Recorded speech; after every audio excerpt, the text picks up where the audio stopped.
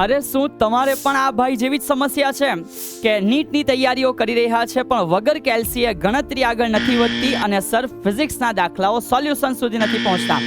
આ સેશનની અંદર તમારા માટે સ્ટાર્ટ કરવા જઈ રહ્યા છે એ પ્રકારની કેટલીક ટ્રિક્સ, કેટલીક ટિપ્સ કે જે તમને પ્રો બનાવશે કેલ્ક્યુલેશનની અંદર વિધાઉટ કેલ્ક્યુલેટર. સો આજે ઇનિશિયલ બેઝ ઉપર આપણે જે એક સેશન કરવા જઈ રહ્યા છે, ખૂબ નાની નાની ઇન્ફોર્મેશન તમને મળશે કે જ્યાં આપણે ગણતરીઓને આસાન બનાવવાના સ્ટેપ છે જેને ફોલો કરતા રહીશું. સો વેરી ફર્સ્ટ, ક્યારેક આવા ભયંકર ડિવિઝન આપણને જો જોવા મળે છે, સર 98 છે 93 છે ભાગ્યા 8 કરો, 38 છે 37 છે ભાગ્યા 5 કરો, 65 છે 64 છે ભાગ્યા 9 કરો, 460 છે ભાગ્યા 5 કરો, 10 કરો, 15 કરો. આવા કેટલાક ક્વેશ્ચન જ્યારે આપણે ગણતરીની અંદર જોઈએ છે એ આપણી ગણતરી કરતા જ આવે છે અને સર પછી એને કઈ રીતે ઇઝીલી સોલ્વ કરવા જોઈએ, તો એના માટે કેટલીક અગત્યની વાતો છે જેને ધ્યાન રાખો અને શીખી લીધા પછી પોતાની તૈયારીમાં એને ઇમ્પ્લાય કરો. ચલીએ તો સ્ટાર્ટ કરીએ છીએ. વેરી ફર્સ્ટ, જ્યારે બી કોઈના છેદમાં 9 દેખાય છે, આ બહુ ઇઝી વસ્તુ છે. જ્યારે કોઈના બી છેદમાં 9 છે તો સમજો બેટા, આ જગ્યાએ તમે આરામથી કરી શકો છો. સર 1/9 છે તો આનો જવાબ 0.111. 2/9 છે 0.222. અરે સર આ તો ઇઝી છે, અમે જાણીએ છીએ, અમને ખબર છે. અરે ફાઇન બેટા, ચલીએ તો તમે જાણો છો, ધેટ્સ નાઇસ. અને સાથે સાથે આ બધી વસ્તુઓ જે શીખો છો એને હવે એપ્લાય કરવાનું આપણે નથી ભૂલવાનું. તો આ તો એક ઇઝી વસ્તુ છે, પણ એ વસ્તુને જરા તમે આના માટે એપ્લાય તો કરી જુઓ. તમે કેવી રીતે કરશો જરા એકવાર વિચાર કરો અને મને જવાબ આપો. હવે આપણે સ્ટાર્ટ કરી રહ્યા છે. વેરી ફર્સ્ટ, ચલીએ ક્યારેક આપણે ગણતરી કરીએ છીએ, સર છેદની અંદર કદાચ 8 હશે, 5 હશે, એવી રીતે અલગ અલગ આંકડા આપણને જોવા મળશે.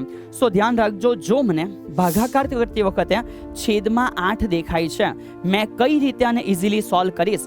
સો સર જો છેદમાં 8 હોય, ધ્યાન રાખજો, તમારે 8ને ગુણી દેવાનું છે 125 વડે, બીકોઝ 125 ગુણ્યા 8 કરવાથી તમારો જવાબ 1000 થતો હોય છે. સો રિમેમ્બર, સર મને આને ગુણવાનું છે કેટલા વડે? તો કે આને ગુણવાનું 125 વડે, તો આને પણ ગુણી નાખો 125 વડે. 125 ગુણ્યા 5 કરવાથી 625 થઈ જશે, ભાગ્યા 1000 આવી ગયા, તો તમારો 0.625 જવાબ બહુ આરામથી તમને મળી જશે. આગળ વધી ગયા છે સર આના પછી બેટા ચેક કરો. હવે 9 છેદમાં 8 છે, સેમ ફોર્મેટ, મારે 125 વડે ગુણવાનું છે. તો મેં સ્ટાર્ટ કરું છું સર આ જગ્યાએ. 8ને 125 વડે ગુણીએ એટલે 1000 થઈ જાય. 9ને 125 વડે ગુણો. અરે સર 9 125 વડે કેવી રીતે ગુણાશે? તો પહેલા 100 ગુણો એટલે 900, તો ક્યાં છે 100 ગુણીએ એટલે 900. પછી તો ભાઈ 25 ગુણ્યા 9 કરો છે, 25 ગુણ્યા 9 કરવાથી તો 225 થઈ જશે. હા, તો અહીંયા તમારા માટે 225 હાજર છે. બી કન્ટિન્યુ. સર 9 અને 2 એટલે કે 11, 1125 ભાગ્યા મારી પાસે અહીંયા 1000 છે, તો મારો એક્ઝેક્ટ જવાબ 1.125 અરાઉન્ડ મને જોવા મળે છે. ઇટ્સ બ્યુટીફુલ બેટા, એક્ઝેક્ટ આન્સર છે x/8. તો સમજી ગયા ને, કોઈ બી સંખ્યા હોય એને 125 વડે ગુણો, જ્યારે એના ભાગાકારમાં 8 છે, તમારો જવાબ આરામથી મળી જશે. નેક્સ્ટ અગાડી, સર માની લો કે 25 છે, તો 25ને 100 બનાવવા પ્રયત્ન કરો. જેવી રીતે 8ને કેટલા બનાવ્યા 1000, એવી રીતે 25ને 100 બનાવીએ. તો સર 25 માટે જરૂરી છે કે 4 વડે મલ્ટીપ્લાય કરીએ, તો ઉપર બી 4 વડે ગુણી દેવું. આ આવી ગયા 44/100, તો વિધાઉટ કેલ્સી 0.44 હાજર છે. સેમ, ચલો કેટલા વડે ગુણવાનો? સર 4 વડે. તો બોલો 100. 17 ચોક કેટલો? સર ના ખબર, તો ગઈને પહેલા ઘડિયા મળે કરો ભાઈ. તો 17 ચોક કેટલા થશે? સર 17 ચોક, હા તો પહેલેથી બોલો, 17 એકા 17, 17 2, સર ભૂલી ગયા 34, 17 તલી 51, 17 ચોક કેટલા? સર 68. હા, તો પછી અહીંયા તમે લખી શકો કે ઇટ ઇઝ 0.68. ચલો સેમ એવી રીતે આનો આન્સર શું થશે? ક્વિકલી ટ્રાય કરો બેટા, 10 સેકન્ડની અંદર આન્સર આવી જવો જોઈએ. 49/25 નો એક્ઝેક્ટ આન્સર જણાવી શકશો કમેન્ટની અંદર.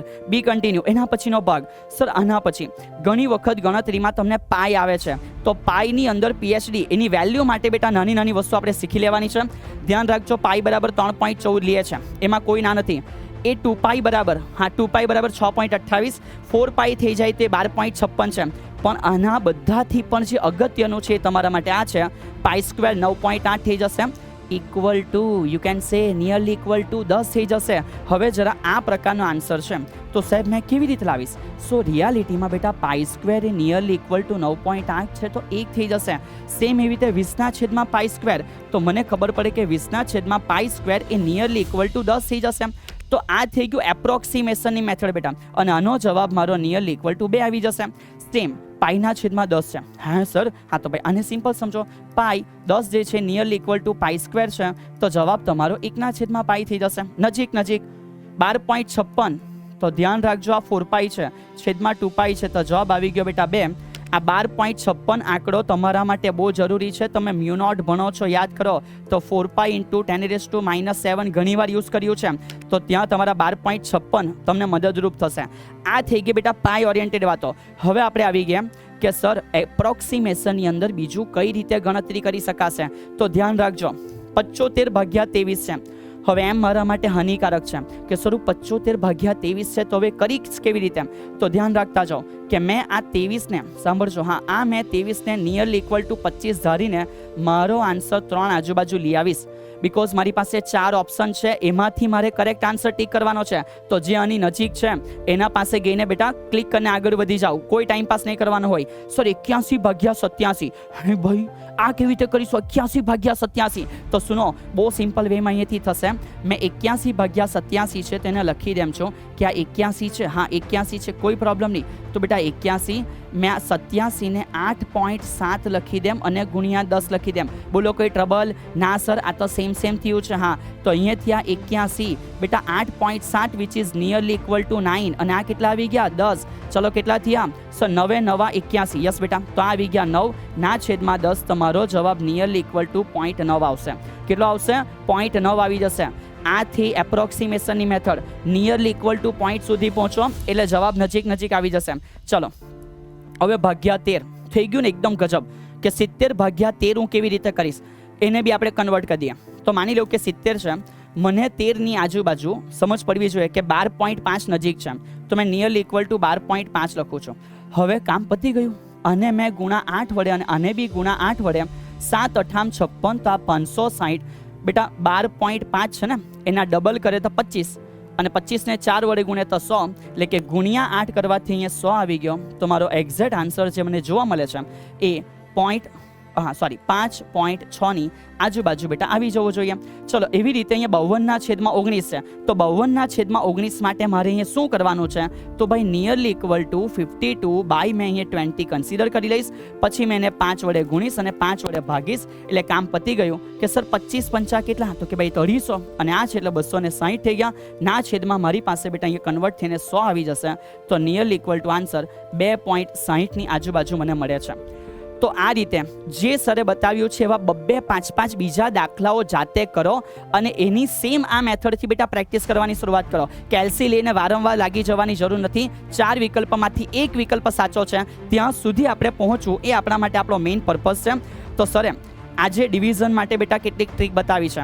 સિમિલરલી આવી રીતે ગુણાકારની અંદર કંઈક પ્રોબ્લેમ થતી હોય, લોગેરિધમની અંદર પ્રોબ્લેમ થાય છે, વર્ગમૂળમાં પ્રોબ્લેમ છે, ઘનમૂળમાં પ્રોબ્લેમ છે, કે બીજી એની હાઉ જે ટ્રબલ તમે ફિઝિક્સના MCQ સોલ્વ કરતી વખતે મેથ્સની સાથે અનુભવો છો, બિંદાસ બેટા કોમેન્ટ સેક્શન તમારા માટે છે.